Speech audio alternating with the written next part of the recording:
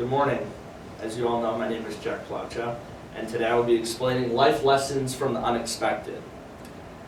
Have you ever met someone that just engages you fully in a conversation, and you end up learning so much from that person, but then you feel like the very next day you forget everything that they tell you? Well, I've learned many life lessons. I've learned that life lessons can come from the most unlikely people, and I've learned how to communicate with people who are different, how to not sweat the small things in life, and know that no matter what the circumstances are, you can set goals and accomplish them. So the first thing is that the biggest lesson I've learned is how to communicate with nonverbal adults in a classroom.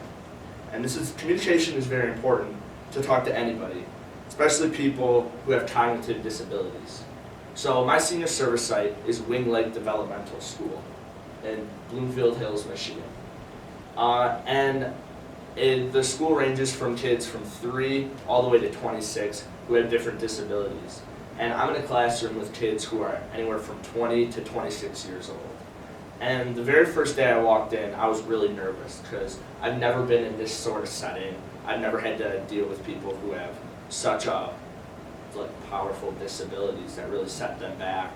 And so I was very nervous, and I didn't know how to communicate with any of them. So I sat back and watched as the teacher, Miss Beth, communicated to all the students. And one thing that I really learned from her is that you want to get down to their level, and you want to really look them in the eyes and simplify your language. And so the very first opportunity that I had was to talk to a kid named Christian.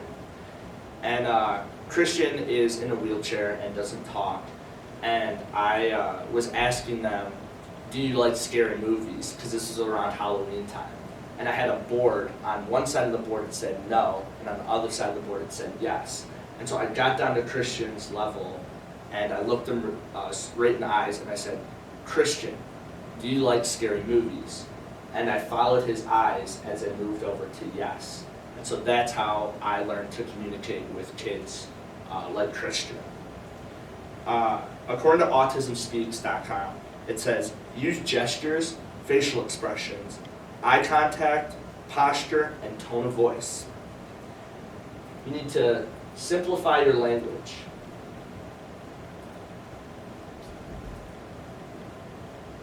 You need to simplify your language.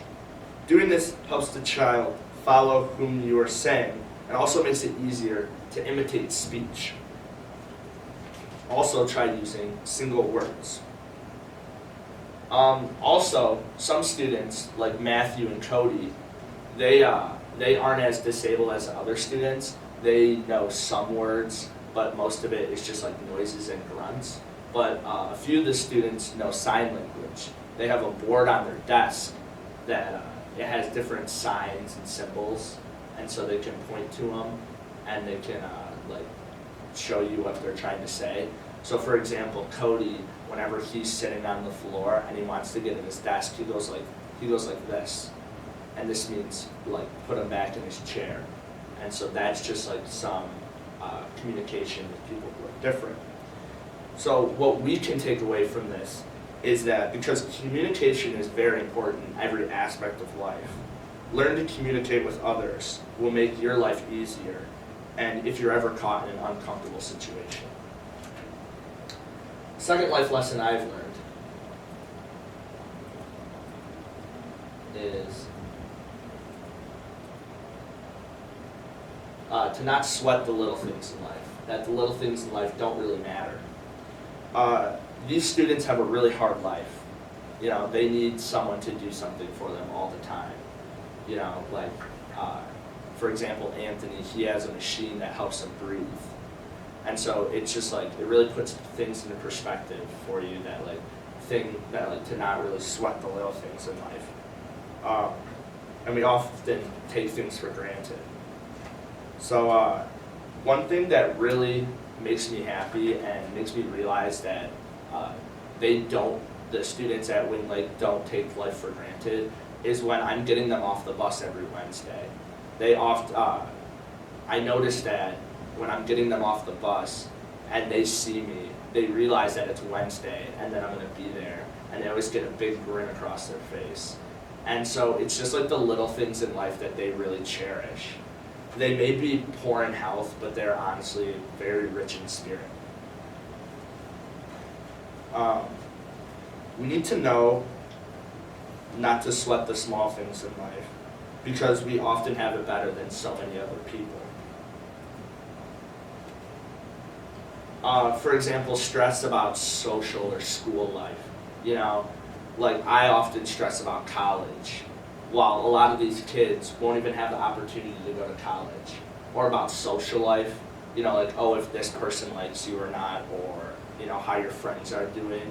A lot of these kids, they're transported off the bus to Wing Lake, and then they go back to home, you know. The only interaction that they have with people of their own age is at school. So they don't really have a social life, and they don't even really get to stress about college. And so that, like, honestly, really puts things into perspective and really teaches you not to stress about the small things. According to Huffington Post, a recent study by Oregon State found out that men who tend to obsess over little things in life shorten their lives than those who let things roll off their backs. According to Susan Whitbourne, who has a PhD, she said, figuring out which emotions you're experiencing it's only when you know your emotion that you can start changing. I personally have learned a lot from these students just in the few weeks that I've been there. I realize that those students have it worse in life than I do, and they don't worry about the little things in life, and they don't take things for granted, and they really see the small things in life and really appreciate them. By putting things into perspective, we can start to live a longer and happier life.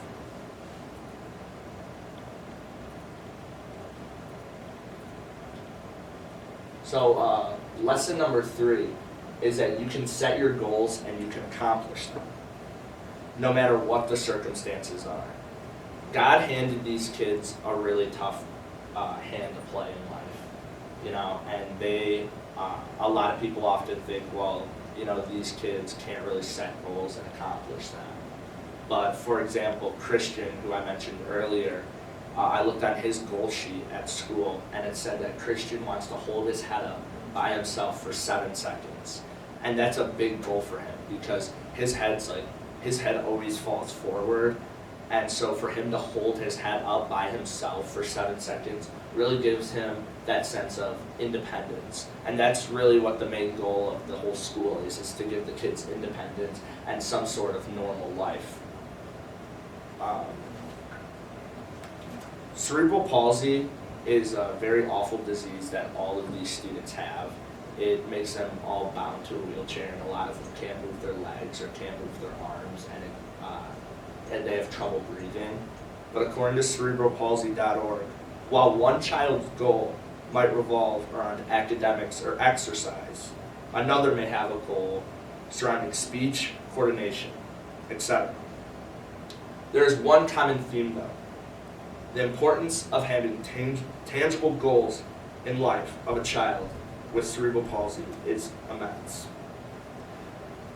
Cerebral palsy doesn't limit these kids from setting and reaching goals. They're normal people just like you and me, but they just have a different disability than us. But it still doesn't limit them from setting and accomplishing goals. Another quote from cerebralpalsy.org says, "Every one of your child's efforts when it comes to overcoming challenges related to cerebral palsy has room for goals. Whether it is tracking reps associated with physical therapy, or it's time spent on speech practice. Setting a bar lets your child work towards something great." And so what I've learned from these students is that, no goal in life is too far for you to reach. And my goal is to attend Michigan State University, and I realized that I need to do better in school to really strive and to reach my goal. And watching these students reach their goals every day really inspired me to get my act together, to get my grades up so I can reach that goal. No goal is too hard to reach, and remember to always strive for your goals. So, in conclusion,